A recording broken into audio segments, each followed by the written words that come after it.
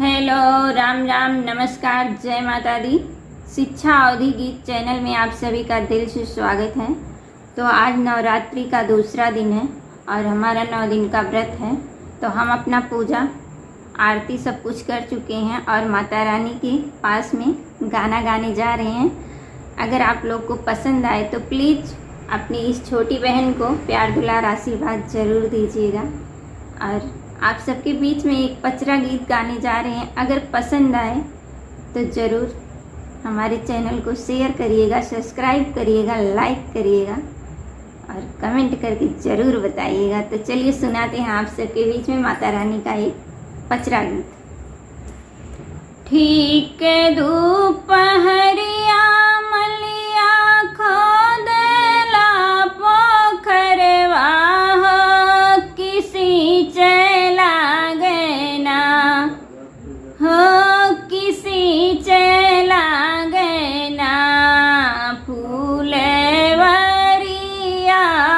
के फूलवा मलिया सी चला गना फूल बगिया के फूलवा मलिया सी चला गना सींची सींची फूलवा मलिया करला तैयारिया हो कि गाछ लागना हो कि गाछ लागना दुर्गा मैया गल हरवा मलिया गाछ लागना दुर्गा मैया गल हरवा मलिया गाछ लागना ठीक दोपहरिया मलिया खोदला पोखरवा हो, किसी चला गना हो, किसी चला गना फूलवरिया के फूलवा मलिया सी चला गना फूलवरिया के फूलवा मलिया सी चला गना सींची सींची फूलवा मलिया करला तैयारवा हो कि गाछ लागना हो कि गाछ लागना शीतला मैया लेहरवा मलिया गाछ लागना शीतला मैया लेहरवा मलिया गाछ लागना ठीक दोपहरिया मलिया खोदला पोखरवा हो, किसी चला गना हो, किसी चला गना फूलवरिया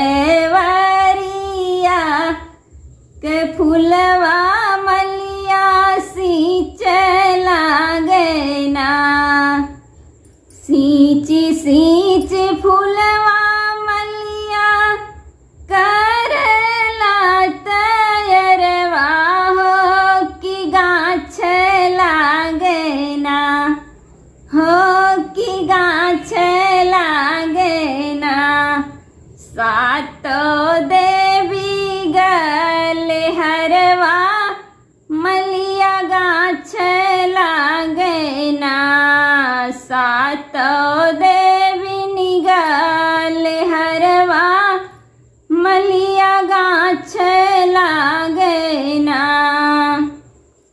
ठीक दोपहरिया मलिया खोदला पोखरवा हो, किसी चला गना हो, किसी चला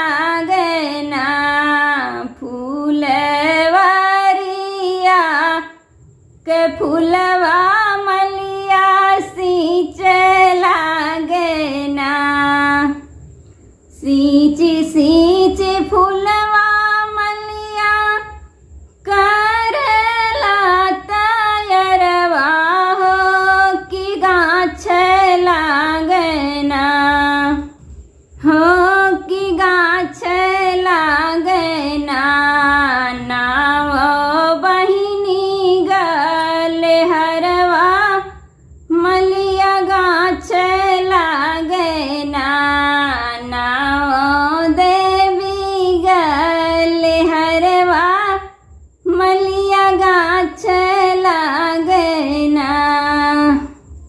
तो यह हमारा पचरा गीत आप सबको कैसा लगा कमेंट करके ज़रूर बताइएगा और मिलते हैं आप दूसरी वीडियो में। तब तक के लिए बाय बाय, नमस्कार, जय माता दी, राम राम।